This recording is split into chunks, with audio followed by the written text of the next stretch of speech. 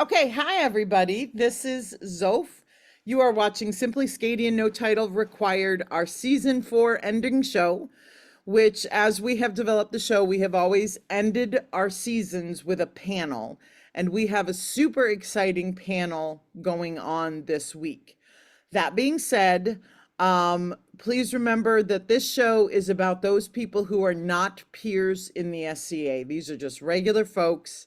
We're sort of breaking the rules here because one of our guests is a court baroness, but we've decided because they've been a guest before, we're happy to have them back on to talk about, I got good grief, becoming a baroness at this age. So normally no baronesses, so normally no barons, no royal peers, no peers, nothing like that, just regular folks talking about life in the SCA.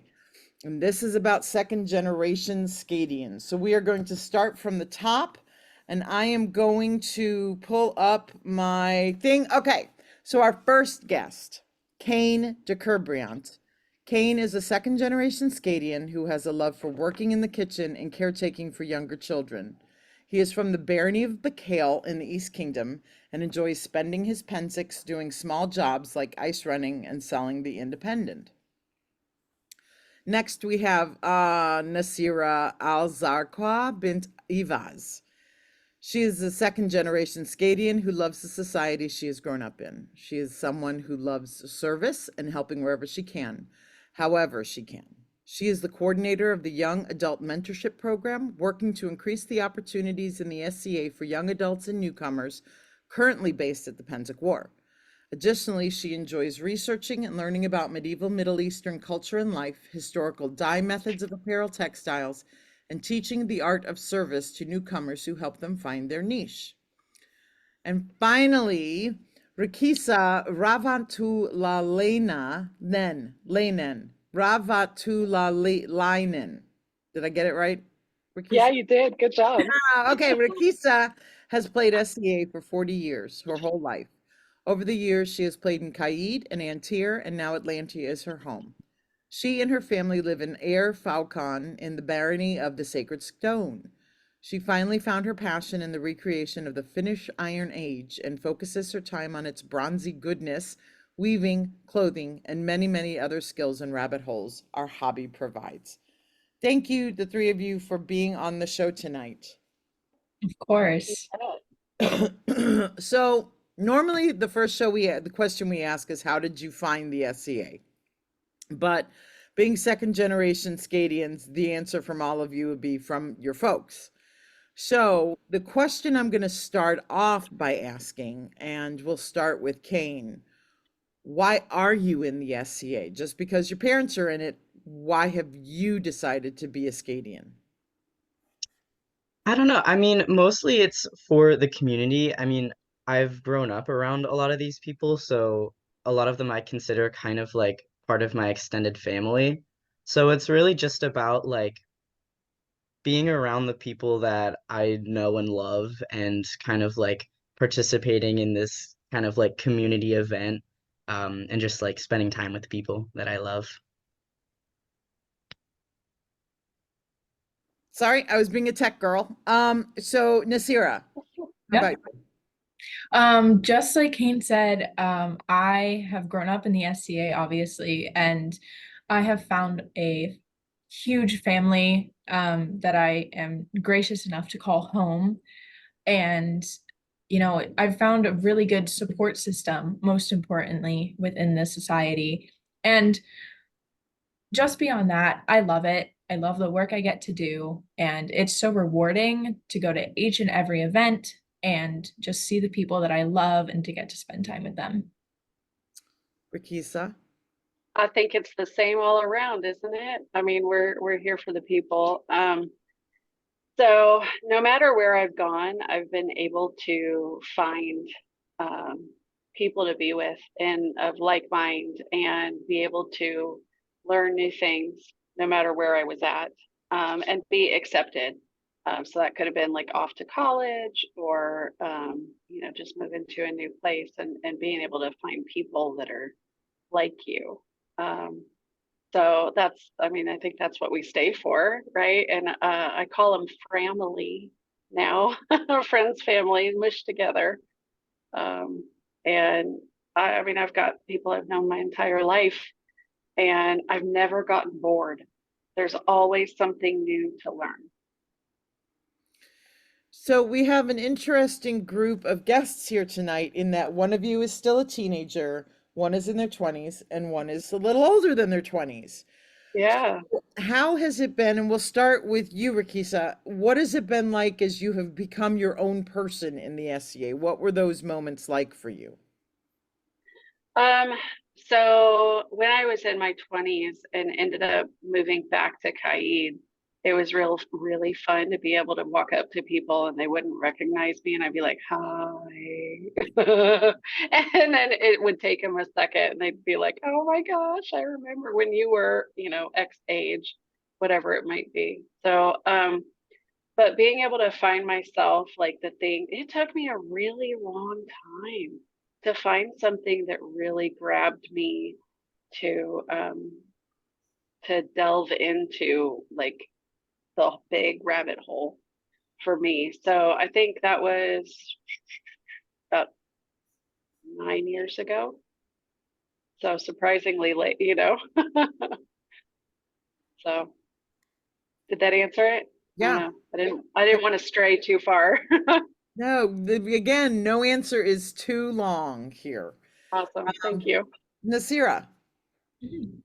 Um, I definitely have, struggled to find my own path and become my own person, outside of the identity that, people grew up knowing me as, and especially seeing as my parents are who they are. They're very involved. They're pretty big, especially right now, in the SCA, and especially our kingdom. And so it's been a little bit of a struggle, but I will say that finding my own path in service and stepping outside of my comfort zone a little bit and finding people at Penzic, friends, even friends my own age, which was kind of hard to come by growing up in the SCA, that has really helped me step outside of that identity that I guess I grew up with. And now I'm forging this new identity as, an adult woman. And it's just encouraging to myself to see the amount of work that I've put in to do that, as well as just the recognition I'm now getting as my own person. I don't go to events anymore and say, oh, there's so and so's daughter. It's, oh, hi, Nasira. How are you doing, Nasira? It's, I'm my own person now. And I'm really enjoying that aspect of it. Okay, Cayn. This question's a little bit difficult for me to answer because like I am still 16, so I'm not really my own person yet. I'm still kind of attached to my parents. Like I don't go to events that they don't go to, I'm going to the events that they do want to go to. So it's kind of like this is kind of the time of my life where I am making my own person, like Nasira and Rikissa have already kind of done. Um, but generally, it's just kind of like trying to find people my own age to make my own community that isn't just like the adults that I've known my whole life. That really is kind of like where I am right now. So I go ahead. I was going to say, I will say for me, it was a little different because I was 9 when we moved from Caid, and then playing in on tier. My parents sort of stopped playing for a little bit, and so people knew who they were and were familiar with them. But I would go with other friends or Shire members and stuff like that to events. Um, but it was when we went back to Caid, and that's when I really had to establish me. But then they really weren't playing anymore. So, so I didn't grow up until my teenage years with them, over me all the time. But I think Cayn, you'll find you're in this weird zone where you're not an adult and you're not a kid and where do you fit? And it's this weird place growing up, SCA wise, because everybody wants to treat you like an adult. They've seen you do things, I'm sure, your service wise and everything like that. And figuring out where that's going to go from there. Yeah. Yeah. But you've got more of us to reach out to. What do I do? Right. Yeah, No, keep going. I would definitely say, like, we often talk a lot about, I feel like, at least for me growing up, right, finding those people that were kind of more around my own age. It was difficult, especially because compared to the general population of the SCA, there's not a lot of second generation kids, or there's not a lot of just, I guess, teenagers around us. But I will say that even as I was trying to find people in my own age group that I was comfortable with, there were still the older people in my life, the friends that, I may have met through my parents, but I was comfortable enough because I had found my own identity to continue those friendships, even as I was searching for different ones. So I always say, like, don't be afraid to stay friends with the people that you've grown up knowing. That doesn't mean you have to, search for a new whole group. It's just you're building your community. It's just another stepping stone. I'm still friends with a bunch of people that I grew up with SCA wise, that some of them don't play anymore. Right. And, some of them became royal peers and peers, laurels and pelicans and, all that stuff. Right. But yeah, even Facebook is just this wonderful thing. But that's a generational thing too. So Yeah. Cayn, do you see your SCA friends outside of SCA events, or are they just SCA friends only? There is one person that I have in my barony that I have like literally grown up. Like there's a picture of us a few months apart as toddlers in our little diapers. But generally everyone else is just SCA friends, which I think is kind of the hardest part. Like we can't drive ourselves. Like it's hard to like meet people just in general, I guess. So yeah. Yeah, they're all mostly in SCA. Okay, so do you ever bring I'm sorry. no, So go ahead. do you ever bring your mundane friends? Do we use that term anymore? I don't know. Your normal school friends with you to events? We would do that sometimes.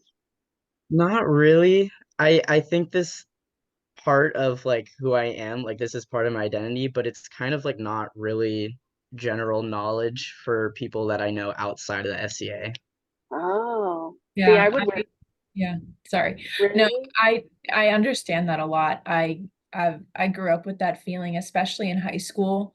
All my friends, I mean, I was very vocal about the fact that I was in the SCA and I loved doing it. I loved going to events. So all my friends knew, and even the not even the people I wasn't friends with in school knew.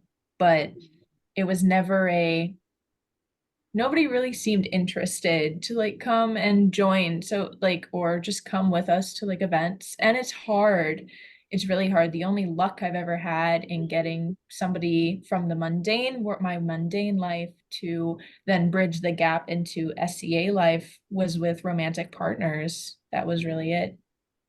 It's hard, so I get it. Mhm. All right, so the elephant in the room, Nasira, Yeah. your mother and stepfather are currently queen and king of the mid-realm. Yes. Has Okay, that was going to be my question because you said something. I was like, what? Yeah. So has that made it harder for you to step away and be Nazira, or are you somehow still sucked into that circle of mom and stepdad? So there was definitely the discussions before they fought in Crown, but also after, of where would I fall in the reign, essentially, and if I wanted to be on the reign staff. However, as a lot of people in the mid-realm know, I was on the reign for Cayn and Nessa, their majesties that just recently stepped down. And I think that being on that reign, helped me step outside of my identity as, just Ivan and Catalina's daughter to Nasira. I think that really, really helped because I was going places without them and I was going to events I did not normally ever go to. I was traveling to other kingdoms and it was a really great experience. And I think that because of me getting to be on the other reign first, that definitely helped with not being kind of sucked in or drawn to be on my parents' reign. I love them with my whole heart. I'm sure we all love our parents with our whole heart, but I was a little crispy by the end of the reign that I did serve on, and thankfully my parents are understanding enough to know that I just needed a little bit of a break, and I wanted this time to explore other options for myself. Well, I mean, you do have a lot on your plate. You are their royalty, their largesse coordinator. Yes, I am still acting. I do act as their largesse coordinator for any gifts or baskets that might need handled. And you're running the mentorship program at Penzic. Mhm. So yeah, you've got a lot on your plate. Yeah, Yeah. still got quite a bit. Yeah.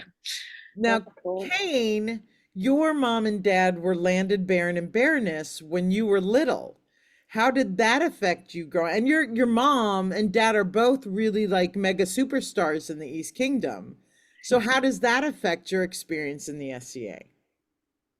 Well, I mean, mostly I was too young to remember it. I mean, I have, of course, all these pictures with me, like wearing the shawl and the acorn hat and stuff. Um, but generally, I feel like it hasn't actually impacted all that much. I mean, they wear the coronets and stuff, so that's pretty cool. They're like mini royalty. But I mean, it's not really like I don't know. My dad has kind of stepped back a little bit. So he and I are kind of just like doing our own thing while my mom takes a lot of the like responsibility for that kind of stuff. Um, but really I feel like it hasn't actually impacted like I'm just kind of a normal person in the SCA. And how about you, Rikissa? Did you have parents who were rock stars in the SCA? Yes. My mom and dad were king and queen when I was little, so that's why I don't remember Pensick because they were on the throne and I was with them. And yeah, I some of the things that happened have been defended by multiple peers of Caid and stuff. Like I got my AOA at 8 months old. Oh my God. Um, so I know there's stories and stuff about that. And my mom and dad are like, I mean, they totally defended, and like I said, other peers and such, ladies of the rose and such out there, uh, really defended that of like I um was passed around to I mean, I didn't see my parents on the weekend and they were working all week long to get stuff ready for the next weekend and for the whole reign. So I don't remember it, because I was so little, but I would just get passed around to all sorts of people. And so those are the stories I grew up with, like pictures, Kane, that you have, but I'm sure Nasira too, of like, who was that person? I remember that person when I was little or 3 years old or 4 years old or whatever, so um, but yeah, that was I don't know if that affected anything long term for me. Um, because I didn't really like find a niche or whatever, but I know some of the things have become like SEA legend, and I didn't know about it until a couple of years ago. So sitting around a campfire at War of the Wing, and somebody was telling a story, I mean, we've all heard the like the dog got the court baron and like those sort of stories.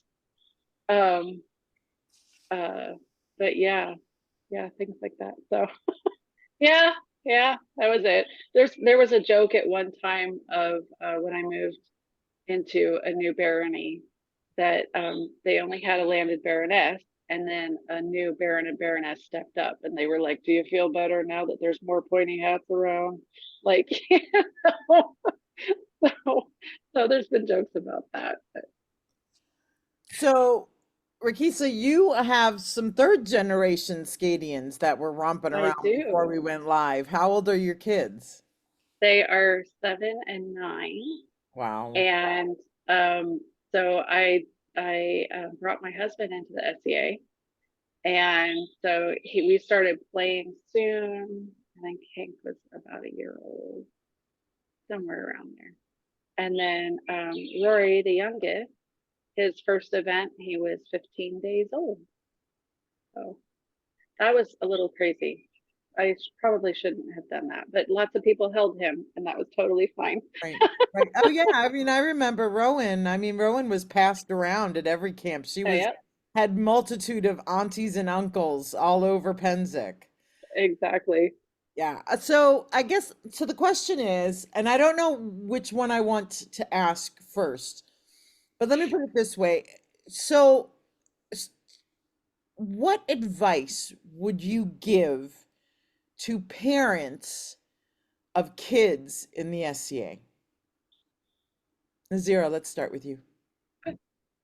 Um, I think it's really, really, really important that when your kids get to a certain age where you feel that you can trust them to maybe go off on their own a little bit around an event and, just let them start exploring different things that the SCA has to offer. And that doesn't mean, take them to the children's activities and drop them off there. I mean, that's fun when we're little, but I always found it very, very, very frustrating, especially as I got into preteen years and then especially teens and late teens, that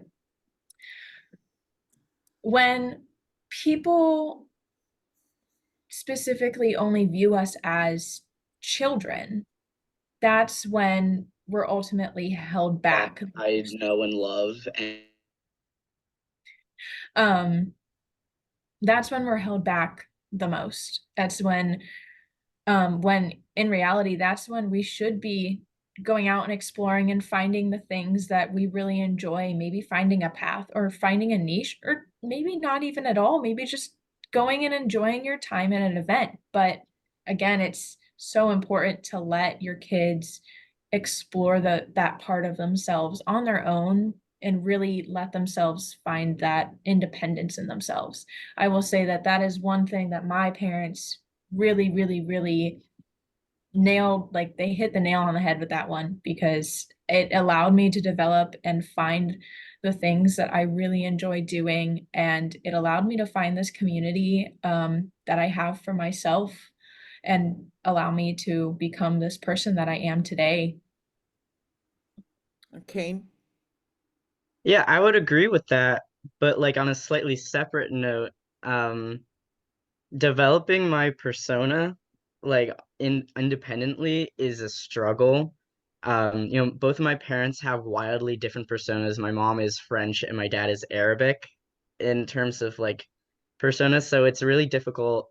Um, they never like actually tried to start any sort of persona for me when I was little.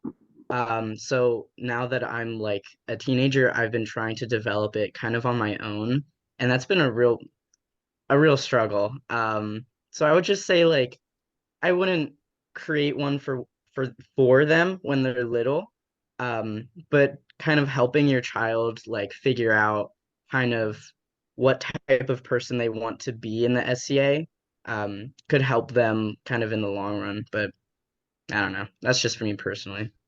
Okay. Rikisa. So having two little ones that are running around all the time. I Nasira, I love that you're like, go let them explore a little. Like, once you trust them, once you know that they're not going to run into everybody's pavilions around the list fields and eat all the food off the tables and be rude little, brats. Once we know that they're respectful and kind and polite and things like that. I think the biggest thing for me is knowing that having a community that you've made, that like sometimes literally I walk around and I feel like I'm just walking in circles trying to find my children at an event, because sometimes it really does happen and it's exhausting. So if I can find somebody and be like, have you seen the boys? They're like, oh yeah, they just ran off that way with a group of kids 5 minutes ago or whatever, you know. Um, at a certain age, they start to herd together. Yes, I call that the feral Yes, preteen stage. yes. And the herd travel together, and then usually the younger ones aren't left behind. It's really cool that the older kids usually, come on, come with us, stay with us, you know, unless there's a giant age gap. Um, but also to remember that that's not a babysitting service, and that we're still responsible for our children and their actions. Um, and and I hate this sort of caveat here, but as a parent in any day and age, I think it is also important to remember that the people that come and play SCA are a cross section of society. So that means that anybody, you know, is there. We do our best, right, to protect people and to protect ourselves, and as a group to watch out for each other. Um, but I still think it's really important to know where your kids are and who they're with and what they're doing. And I mean, kids have their cell phones there. Kids have, and I'm not saying anything malicious necessarily, right? But just you still have to be aware, and be able to trust your kid if you're going to let them run around, to know what they're looking at or who they're talking to, or you know, that sort of thing. Just like any park, just like anywhere else. But if you have that community and you have other parents and other eyes watching out, that you can, you know, a lot of times, I mean, I've just always found that people are, you know, nope, just saw the boys, they're fine, they're with so and so. Okay, well, they're with, you know, a friend's child too. Okay, they're, you know, they're together. So So now to flip the question, and we'll start with Cayn. What's your advice to the children today of SCAdians? I don't know. I don't know if I have any like specific piece like do this or don't do this, but I would just say like really do your best to find the things that you're actually interested in. Like aside from whatever your parents are doing, like if you are really interested in combat, then do combat stuff. Like try out the different things that are kind of part of the SCA as like a group, and just like kind of explore what's going on, because loads of people will be thrilled to take you in and kind of explain what they're doing and teach you what they're doing. Um, so there's lots of like little opportunities kind of everywhere, and I would just say like take advantage of um like everything that's being taught and everything that there is to learn. Rikissa. that's awesome advice, King. That's awesome, because it's so true. Like when we tell newcomers that are first starting, like be careful about asking questions, right? Because everybody wants to show you the stuff that they love. It's the same thing for kids. And unless somebody is busy or doing a job at the time or something like that, most people are absolutely going to love to show you whatever it is, assuming we're not talking about like ranged weapons or something where we need parents there. Right? I would say number one for the kids out there, ask questions. Like I said, people are gonna love to show you what they're doing. And the second thing is be aware of your surroundings. Don't run through list fields. Don't run through the ranges. Like be aware. I almost got hit with a ballista one time. So Wow.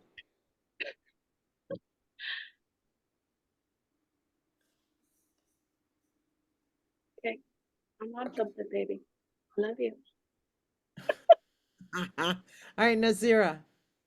I think what Cayn and Rikissa said, it really hits the mark. But also, um, don't be afraid to step outside of your comfort zone. I know, especially because we are second generation SCAdians, and our parents, when you're up until you're a certain age, like your parents do a majority of making sure you're involved or entertained during events.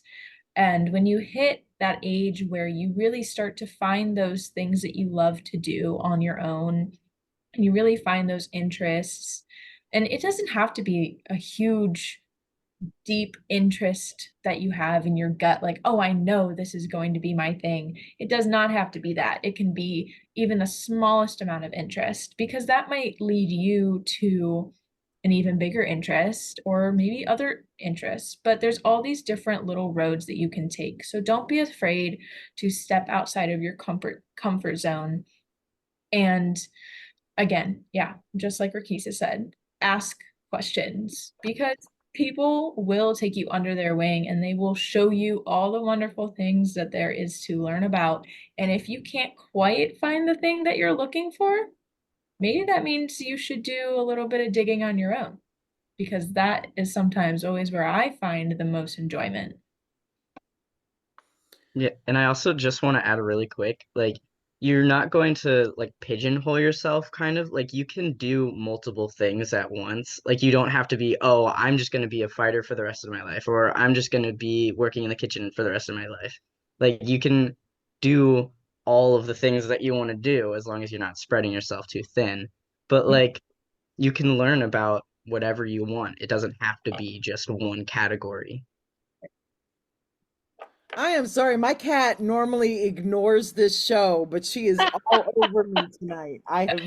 Cannot Did even. you did you forget to feed her? Oh, I fed her. She's just feeling playful. So sorry, everybody. You're getting all these views of Sula. Okay. So, all right. Now my next question just went out of my head. Okay. Yeah. No, I remember now. Okay, Rikissa, what do you do in the SCA? What are your things? What are your arts and sciences, martial arts, whatever it is? So I have done lots of all the things over the years. All the rabbit holes, right? Anything fiber related, I've always been drawn to. And some of that fiber now includes bronze wire, which is a weird fiber to think of because it's not a fiber, right? It's a heavy metal. So, but let's see. So in the last 10 years, I've picked up calligraphy and illumination. I focused, I deep dived deep into Finnish Iron Age, which is really late period. It's actually medieval period for most people, about 12th century. So that's not the normal Iron Age for anybody, but it is for Finland. And so along with that, it comes, well, I've always done costuming. I've always been pattern drafting and I mean, I would make SCA clothes for my Barbies. So like, they had they had their own tunics and boots and belts and like they had a whole wardrobe. But yeah, so costuming and learning all the things there has always been it. But weaving and dyeing is on my list. I've done some, but it's on my list. And so yeah, so let's see. Wonder if you can see here. I just finished making these the other day for my Laurel. Let's see. I'll try it. I don't know if you can. Yeah, we can see them. Yeah. Yeah, they're very pretty.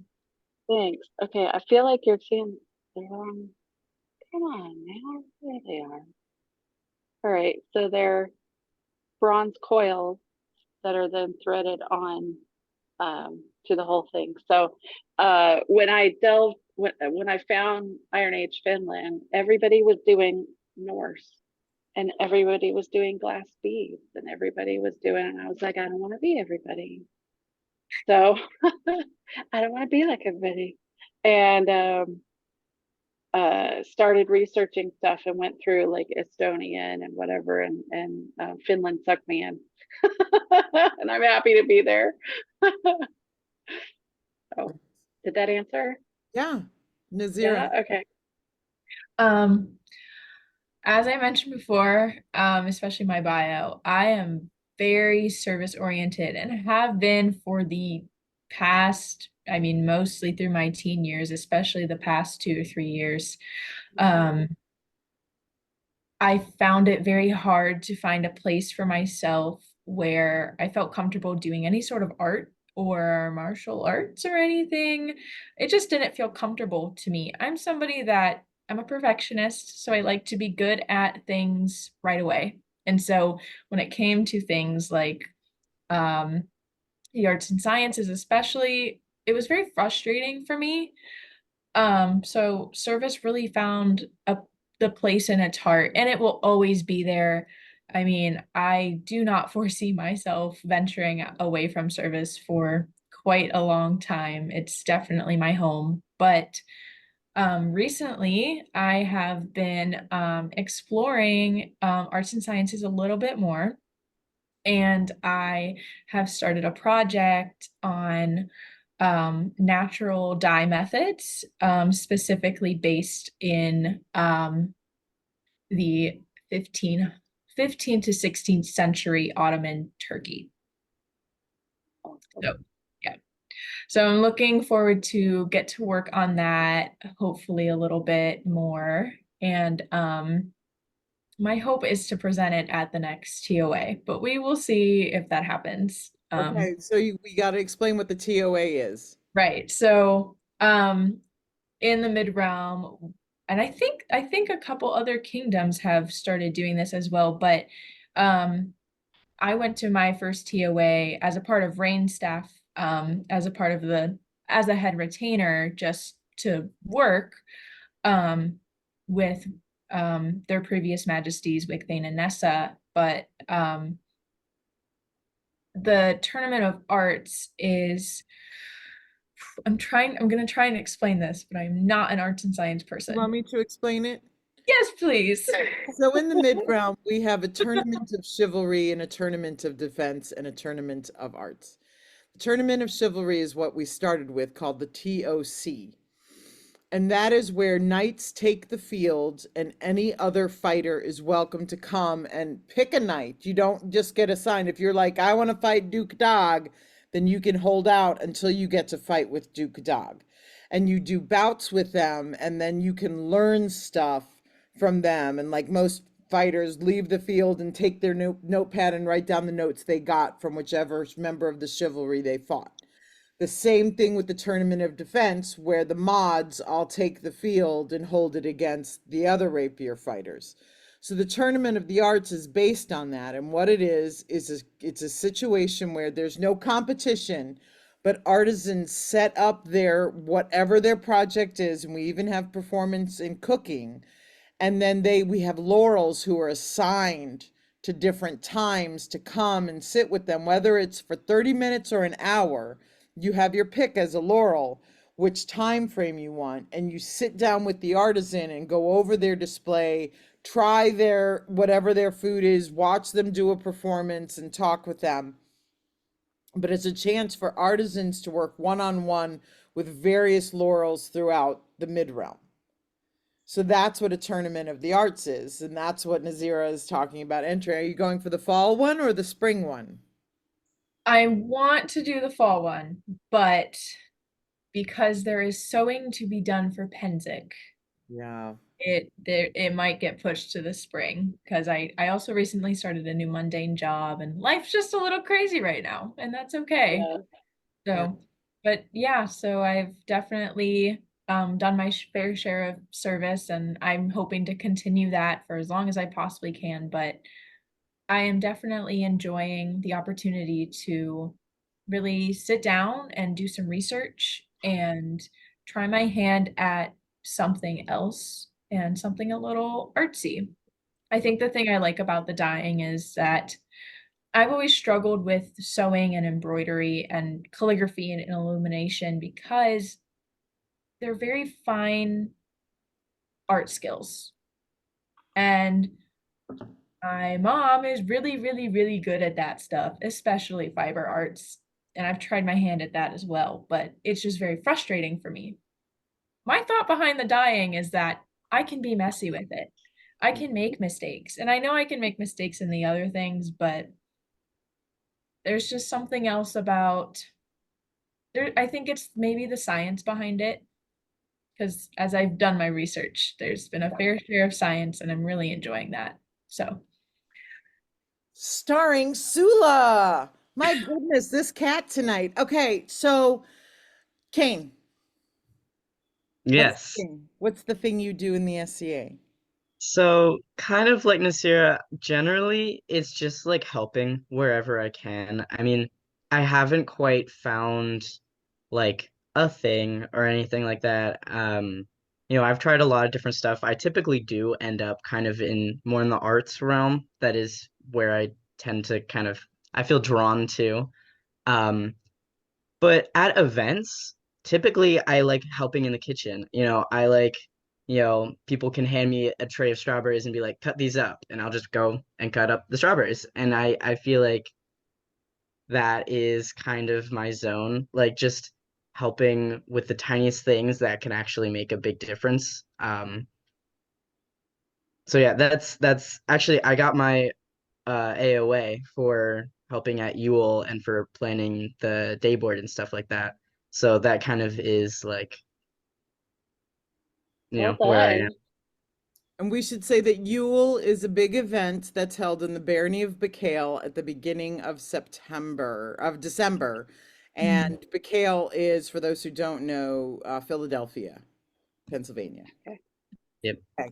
So, I do think service is easier when you're younger. Not that it's, that people can't obviously do service when we're older, but as a kid growing up, I think service just lends itself as something easier to do. You're not having to buy supplies, you're not having to, you know, um, furnish something. And I mean, we know SEA people gift so much away just to share their passion. But yeah, I I've sort of felt through the years service is just something we do. That I think and sometimes I'm like, that's not service, that's just what we do. Like right, but so here's the question though that I want to ask, because one of the problems that my eldest, my Rowan, ran into was that after a while, because they were so helpful and so friendly, they started feeling like people were taking advantage of them. So my question now for the three of you is, how do we empower these second and third generation kids so that they're not being their friendliness and their willing to help and their willingness to serve isn't being abused by other people? Do we need to, should you start charging people? You want me to dig your sump hole? I'm happy to dig your sump hole. That'll be $50. Like, what's the answer to not being taken advantage of? I want to kind of speak on this a little bit first. I think, like Rikissa said, we tend to jump into service pretty young because, again, it's something a little easier than maybe martial activities or ANS. But again, yeah, when does it cross the line of, are you doing service because you love it and it's because that you see a need to help and you want to help and you have this vision? Or are you doing service because people just know that you're helpful and they just need bodies and they need hands? And I think where the line is again, do you want me to do like, yes, physical labor, there's a line. Are you doing the physical labor, like digging a sump hole or helping to put up a giant pavilion or put up or help put up lists and things like that? Are you doing it because you were asked to, or because you genuinely see a vision and see how it does help the society? I guess that's the question I would probably ask myself is that, because I mean, there's been definitely situations where I found myself where, is somebody asking me to do this thing to help them with this thing because they actually want to see where I could, you know, help and further maybe a discussion or further the actions of something? Maybe, you know, it'll add to a movement or something. Or are they just helping, are they asking me because they know I'll do whatever? Right. So I think that's where the line is where do you feel, where's the line of when you do feel like you're being taken advantage of? And it really speaks to somebody who can put those boundaries in place. I think I've worked on that a lot. That's been something, because I mean, anybody who's done service and loves it knows either helium hand, or Uh-huh. they find it really hard to say no. And it's finding that point to say no. I am interested in doing this because of this, or no, I'm taking time for myself, or it's just learning to say no and learning to know where your boundaries lie, which takes a lot of self-reflection. And it takes time. It does. And it's frustrating, but it does take that. Do either of you other two want to join in on that? Do you have anything to add? I mean, you're still Not at the point, Cayn, where people are going to take advantage of you Right. and your muscles. You know, here's a young man. Woohoo! Set up my pavilion for me. Hmm. Speaking of I which, let's talk, because I do need somebody to help me set up my pavilion when I get to Pensacola. But I'm paying. But I pay. That's see. honestly, that's kind of what I was about to say. Like, I'm thinking about my experiences, especially at Penzic. Like, Mhm. generally, people will pay you if you're doing a lot of like physical labor for them. So I'm just thinking, like, if there's a moment where you're doing like some sort of like extensive planning or something like that, like you can ask for help from other people. Like, it doesn't have to be all on you.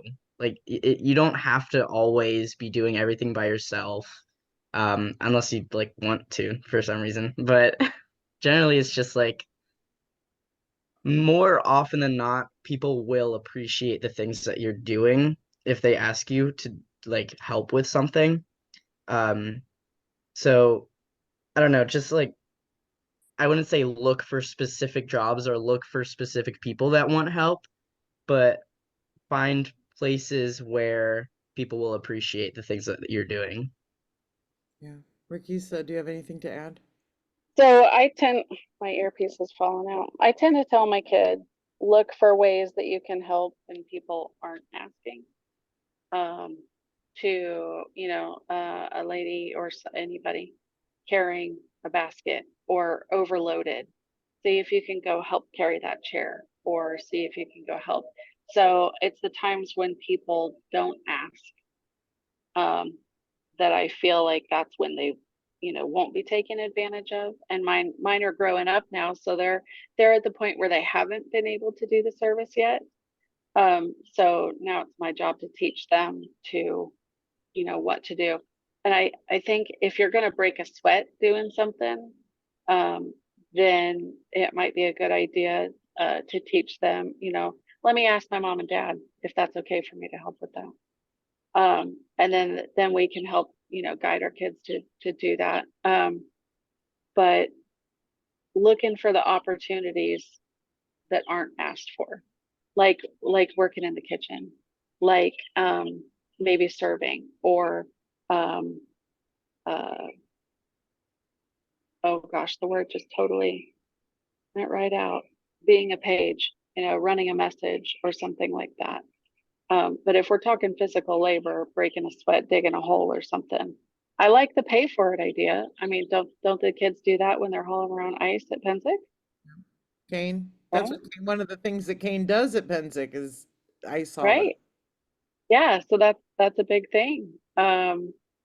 or, trash hauling. I used to help with that, bring out your trash at war and, throw in the back of the pickup or whatever. So, yeah, I would say if you're breaking a sweat, ask your parents.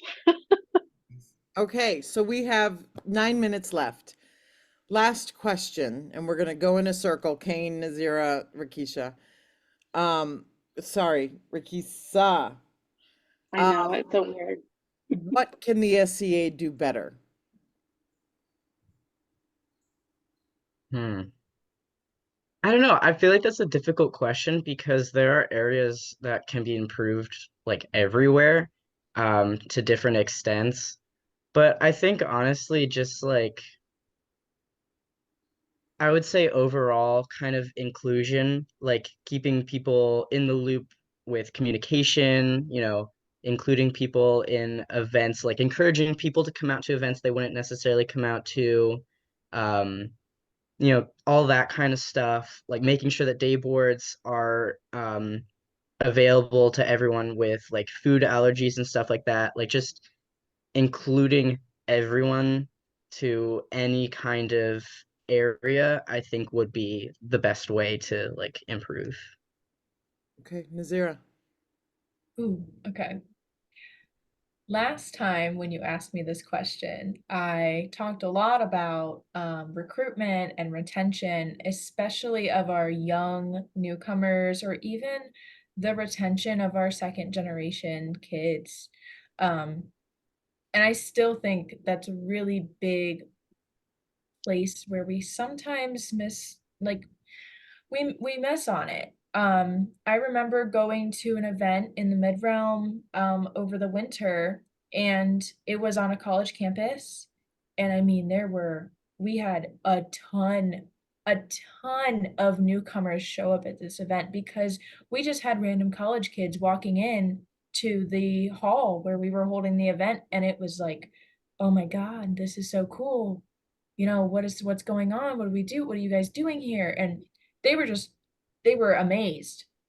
But when I talked to the chatelaine of the group that was helping hold the event, um, they really they told me about how much they were struggling um, to recruit and keep up with their retention of these young adults. And I think that's still a place where we really need to work on. But instead of just saying, oh, recruitment and retention, of course, I think it needs to be there needs to be some work from the inside out.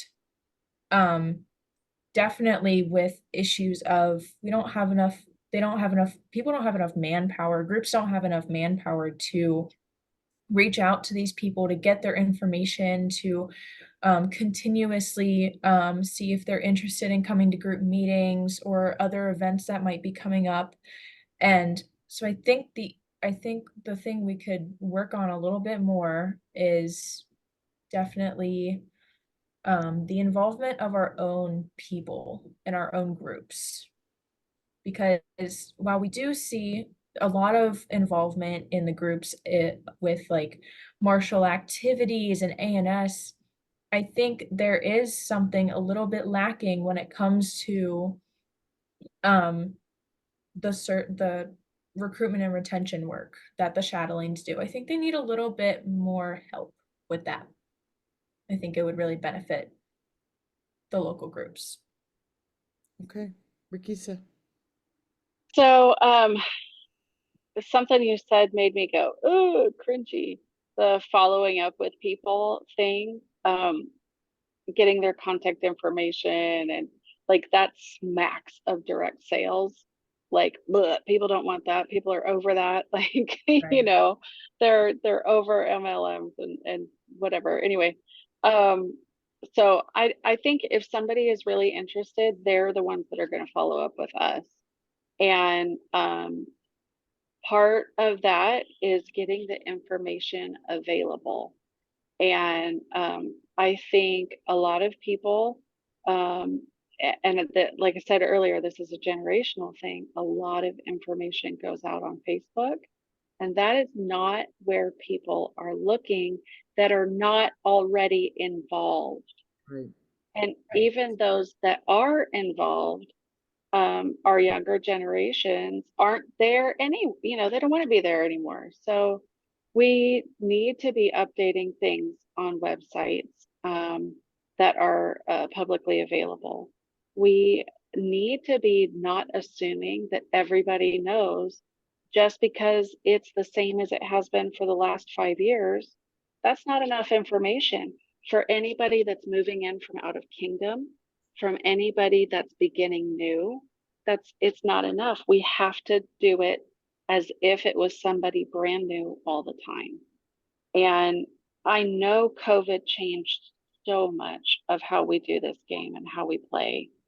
And it changed, I mean, how we gather together and all of the inflation, right? Like now I'm talking like real world stuff, right?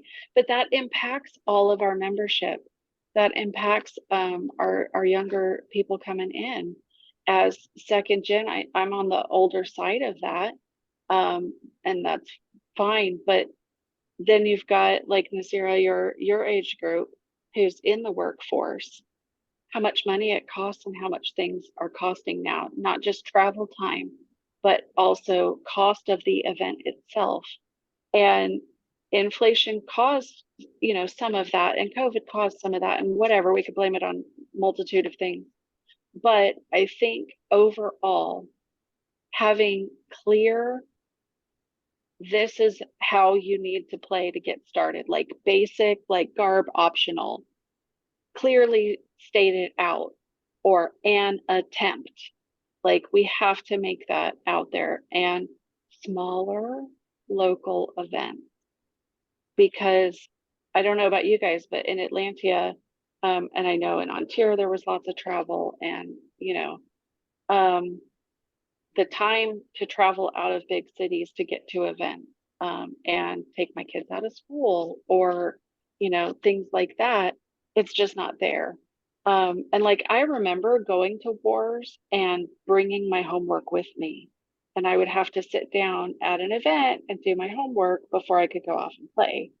Like, so, but I definitely think transparency about what's necessary to play, that the entry does not have to be high, and more local, where there's already a group there to support, not only helps the people that are already there and active to build their community again, but to with the recruitment factor as well. Okay, we are out of time. I want to thank the three of you so much, Cayn, Nasira, Rikissa. It has been really, really wonderful talking with the three of you. I appreciate your time tonight. To our audience, I appreciate your time. This is going to go up on YouTube tomorrow. And so you can share it with your friends there or share the video here on Facebook. You have been watching Simply SCAdian, no title required. Season ender, we just closed out season 4 right now. We will be back in September with season 5. Have a great summer. Thank you so much. Yeah. Thank you.